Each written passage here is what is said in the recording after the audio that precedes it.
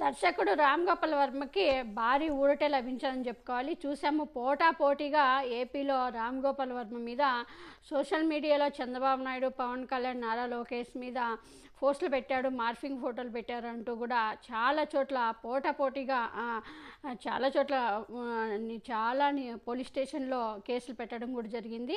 So దీనిపైన Ram Gopal వర్మని arrest చేస్తారు. చాలా వివాదం అయింది. రామ్ గోపాల్ వర్మని అదిగో అరెస్ట్ చేశారు, ఇదిగో అరెస్ట్ చేశారు అంటూ కూడా చాలా వాటికి అంటే రామ్ గోపాల్ వర్మని బెదిరుకున్నాడు, రామ్ గోపాల్ వర్మ బెదిరిపోయాడు, రామ్ గోపాల్ వర్మ మీద 3rd డిగ్రీ ఉపయోగిస్తారు, ఏదేదో చాలా పచ్చ మీడియా ఎంత ప్రచారం చేసిందో చూసాము. తర్వాత రామ్ గోపాల్ వర్మ అన్ని ఛానల్స్లోనూ ఇంటర్వ్యూలు ఇచ్చుకుంటూ తనేమో బిజీగా ఉంటే వీళ్ళేమో ఇలా పారిపోయాడంటూ ప్రచారం చేయడం కూడా మనం చూసాం. దాని తర్వాత ఈ ట్రోల్ చేసిన ఏదైతే తప్పుడు ప్రచారం చేసిన పచ్చ మీడియా పైన పరువు నష్ట దాబా వేస్తానంటూ కూడా వాళ్ళని హెచ్చరించడం కూడా జరిగిన తర్వాత వాళ్ళు సైలెంట్ కూడా అయిపోయారు పచ్చ మీడియా. తర్వాత ఇప్పుడు ఏవైతే తన మీద సోషల్ మీడియాలో పోస్టులు పెట్టిన దాని మీద కేసులు పెట్టారో వాటికి సినిమా పోస్టర్లపై అంటే ఆయన పెట్టింది సినిమా పోస్టర్లపై రాష్ట్ర వ్యాప్తంగా వర్మపై కేసులు కూడా టీడీపీ, జనసేన వాళ్ళు పోటీ పడి మరీ కేసులు పెట్టారు. సో దీంతో అనకాపల్లి, తుళ్ళూరు,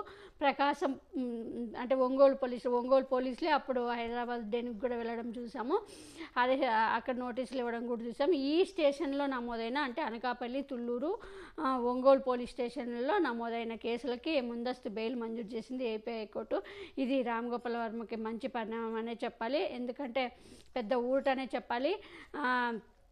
ముందస్తు అంటే 3 కేసుల్లో ఇప్పుడు వర్మకి అయితే బెయిల్ వచ్చింది. ఇంకా మిగతా రిమైనింగ్ వాటికి కూడా మరి త్వరలో ఊరట లభించవచ్చు. ఎందుకంటే మనం చూసాము ఆల్రెడీ అంటే వర్మగా ఫస్ట్ పోసాని మీద ఎలా పెట్టారో చూసాము. కానీ పోసాని ఎప్పుడైతే వైసీపీకి రాజీనామా చేశారో తర్వాత అది సైలెంట్ అయిపోయింది. రామ్ గోపాల్ వర్మను కూడా అలాగే బెదిరించాలని చూశారు, కానీ రామ్ గోపాల్ వర్మ బెదిరుకోలేదనే చెప్పాలి. సో ఇప్పుడైతే రామ్ గోపాల్ వర్మకి పెద్ద ఓట సక్సెస్ అయ్యాడని చెప్పుకోవాలి. వాళ్ళ బెదిరింపులకి, టీడీపీ, జనసేన బెదిరింపులకి బెదిరిపోకుండా స్ట్రాంగ్గానే నిలబడ్డాడు.